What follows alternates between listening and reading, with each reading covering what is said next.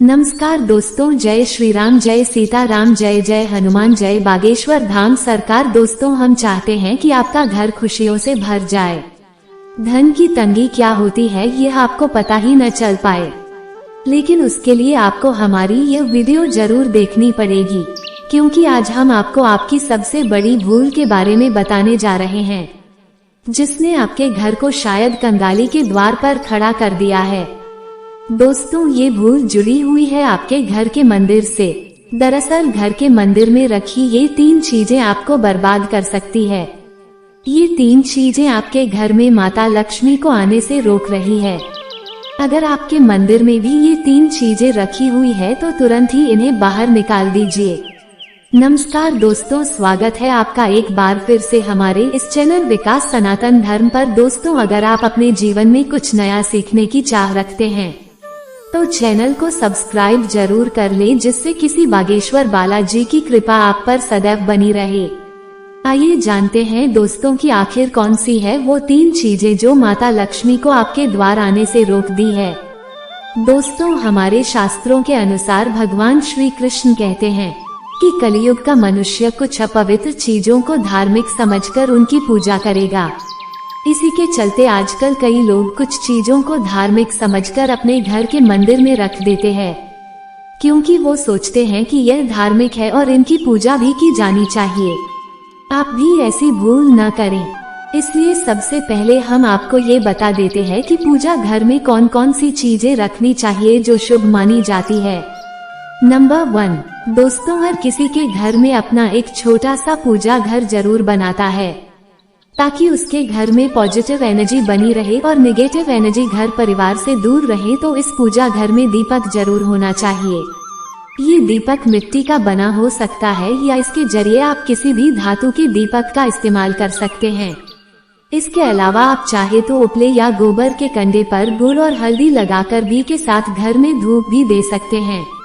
माना जाता है कि ऐसा करने से घर में नेगेटिव एनर्जी का वास नहीं रहता और परिवार में सुख समृद्धि बनी रहती है। नंबर 2, स्वास्तिक चिन्ह को हिंदू धर्म में सबसे पवित्र माना गया है। किसी भी शुभ कार्य को शुरू करने से पहले स्वास्तिक चिन्ह का इस्तेमाल किया जाता है। आप भी कोशिश कीजिए कि घर के मंदिर में स्वास्तिक चिन्ह अवश्य होना चाहिए, क्योंकि स्वास्थ्य को समृद्धि और सुख, शांति और एकता का प्रतीक माना जाता है। इसके लिए आप रोली की मदद से भी स्वास्तिक बना सकते हैं। नंबर 3, कलश। दोस्तों, कलश को सुख समृद्धि का प्रतीक माना जाता है। स्वयं भगवान श्री कृष्ण कलश को परिवार की सुख, शांति और ऐश्वर्य के लिए जरूरी बताते हैं। इसलिए कलश तो आपके मंदिर में अवश्य होना चाहिए। कलश स्थापित करने के लिए आप इस तरह से कलश पर रोली और कुमकुम से स्वास्तिक बनाकर उसके ऊपर पत्तों के बीच नारियल रखकर मंदिर में रख दीजिए। इससे आपके परिवार में समृद्धि तो रहेगी, साथ ही खुशियां भी आपके दरवाजे पर दस्तक देंगी। नंबर 4, शंख के बारे में जानते बहुत लोग हैं, लेकिन इसे मानते बहुत कम है। शायद ही कोई जानता होगा कि शंख की उत्पत्ति समुद्र मंथन के 14 रत्नों के साथ हुई थी।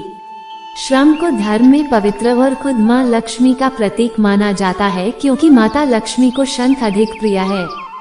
जिस घर के मंदिर में शंख होता है वहाँ स्वयं माता लक्ष्मी का वास होता है। इसलिए आप भी अपने पूजा घर में शंख को रखना बिल्कुल भी न भूलें। ऐसा करने से माता लक्ष्मी प्रसन्न होंगी और आपके घर में सदैव सुख समृद्धि बनी रहेगी। पैसे की कमी कभी नहीं सताएगी। साधु संत की ध्वनि आपके घर में सकारात्मक ऊर्जा का संचार करेगी। नंबर 5, घंटी। दोस्तों, आपने मंदिरों में घंटी तो देखी ही होगी। धार्मिक मान्यताओं के अनुसार मंदिर में घंटी को शुभ माना जाता है। साथ ही यह भी माना जाता है कि जिस घर में पूजा के दौरान घंटी बजाई जाती है, उस घर के आसपास की सभी नकारात्मक ऊर्जा घर से दूर हो जाती है। घंटी न सिर्फ आपके घर में पॉजिटिव एनर्जी बनाए रखती है, बल्कि खुशहाली के सभी द्वार भी खोल देती है। घंटी बजाने से परिवार में एकता भी बनी रहती है, इसलिए पूजा के दौरान घंटी अवश्य बजानी चाहिए और साथ ही आपके पूजा घर में घंटी होना भी आवश्यक है। तो दोस्तों, ये वो चीजें थीं जो आपके पूजा घर में होनी ही चाहिए। चलिए अब देखते हैं गुरुजी द्वारा बताई गई उन चीजों को जो आपके पूजा घर में कभी भी नहीं होनी चाहिए। अगर वीडियो पसंद आ रहा हो तो वीडियो को लाइक भी जरूर कीजिए।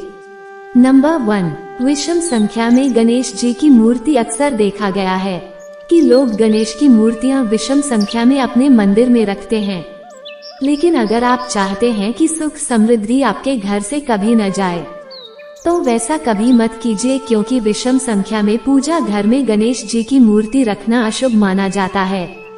इसलिए आप अपने पूजा घर में 1, 3 या 5 की संख्या में गणेश जी की मूर्ति न रखें। यह आपको मुसीबतों के दलदल में ढकेल सकता है। वैसे दोस्तों, गणेश जी की मूर्ति को लेकर यह भी देखा गया है कि कई लोग गणेश जी की मूर्ति घर के मुख्य द्वार के बाहर दरवाजे की तरफ मुख करके रख देते हैं। अगर आप सुख और समृद्धि चाहते हैं तो भूल कर भी ऐसा मत कीजिए। अगर आपको घर के मुख्य द्वार पर गणेश जी की मूर्ति रखनी है तो उसे घर के अंदर की तरफ मुख करके रखे, बाहर की तरफ नहीं। ऐसा करना अशुभ हो सकता है। इसलिए घर के अंदर की तरफ रखी हुई गणेश जी की मूर्ति को मुख्य द्वार पर स्थापित करें। आप चाहे तो मुख्य द्वार के दोनों तरफ भी गणेश जी की मूर्ति रख सकती है, लेकिन ध्यान रहे कि मूर्ति अंदर की तरफ यूं, बाहर की तरफ नहीं। नंबर 2, टूटे हुए चावल। दोस्तों, अगर आपके मंदिर में भी टूटे हुए चावल या बहुत लंबे समय पहले यूज किए हुए चावल रखे हैं तो उन्हें तुरंत बाहर निकाल दीजिए। ये बिल्कुल भी शुभ नहीं है और घर में नकारात्मक ऊर्जा को उत्पन्न करती है। इसके अलावा अगर आप उन चावलों को इस्तेमाल करना चाहते हैं तो हल्दी में मिलाकर ही कीजिएगा। ये बहुत शुभ माना जाता है। नंबर 3, पूर्वजों की तस्वीरें। इसके साथ ही अगर आपके घर के मंदिर में पूर्वजों की तस्वीरें रखी हुई है, दोनों तत्काल बाहर निकाल दें। यह आपके परिवार के लिए काफी अशुभ है।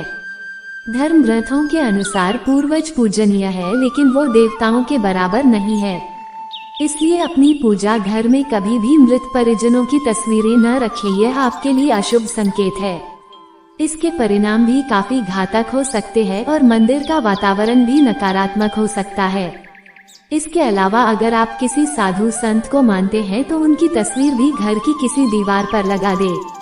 उसे पूजा घर में भूल से भी न रखें। ये घर के वातावरण को नकारात्मक बनाता है। इसके साथ ही माता काली, काल भैरव की मूर्तियां भी पूजा घर में नहीं रखनी चाहिए। और हाँ दोस्तों, ध्यान रहे कि माता लक्ष्मी के खड़े स्वरूप की पूजा मत कीजिएगा, क्योंकि माता लक्ष्मी हमेशा बैठी हुई मुद्रा में होती है। इसलिए उनके बैठे हुए स्वरूप को ही पूजना सही है। चलिए दोस्तों, अब हम आपको बताते हैं उन अति महत्वपूर्ण चीजों के बारे में जो आपकी पूजा घर में होनी ही चाहिए। धर्म ग्रंथों में इन चीजों को अत्यधिक पवित्र और खुशी हानि के साथ साथ समृद्धि का प्रतीक माना गया है। ये चीजें आपको खुशियों की चौखट पर खड़ा करती है, इसलिए यह आपके मंदिर में होनी ही चाहिए। गंगा जल की पवित्रता के बारे में तो आप जानते ही होंगे। नंबर 4, माता गंगा जो हर किसी के पाप को धो देती है, लोगों को शांति देती है। अगर आप भी अपने जीवन में सुख और शांति कायम रखना चाहते हैं तो घर के मंदिर में गंगा जल होना ही चाहिए। इसके लिए आप एक तांबे के पात्र में गंगा जल को भरकर रख सकते हैं। यह आपके परिवार में सुख शांति का प्रतीक है, जो घर की पवित्रता को भी बनाए रखता है। इसलिए कभी भी प्लास्टिक की बोतल या अपवित्र बर्तन जैसे स्टील या लोहे के बर्तनों में गंगा जल नहीं रखना चाहिए। यह अशुभ होता है। इसके अलावा दोस्तों, केतकी का फूल कभी भी शिवलिंग पर नहीं चढ़ाना चाहिए। तांबे के कलश में गंगा जल भरकर उसके ऊपर नारियल रखकर रोली की मदद से स्वास्तिक बनाकर उसे मंदिर में स्थापित करना चाहिए। और अगर आप माता लक्ष्मी को प्रसन्न करना चाहते हैं तो पूजा करते समय माता लक्ष्मी को कमल का फूल चढ़ाएं।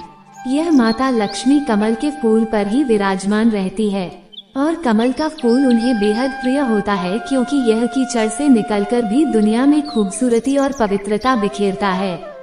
इसलिए माता लक्ष्मी की पूजा करते समय कमल का फूल जरूर चढ़ाना चाहिए। ऐसा करने से कई गुना लाभ आपको मिलेगा। नंबर 6, दोस्तों, शास्त्रों के अनुसार जो व्यक्ति दीपक से दीपक जलाता है वो रोगी होता है। ऐसा करने से रोग ही परिवार में पनपते हैं।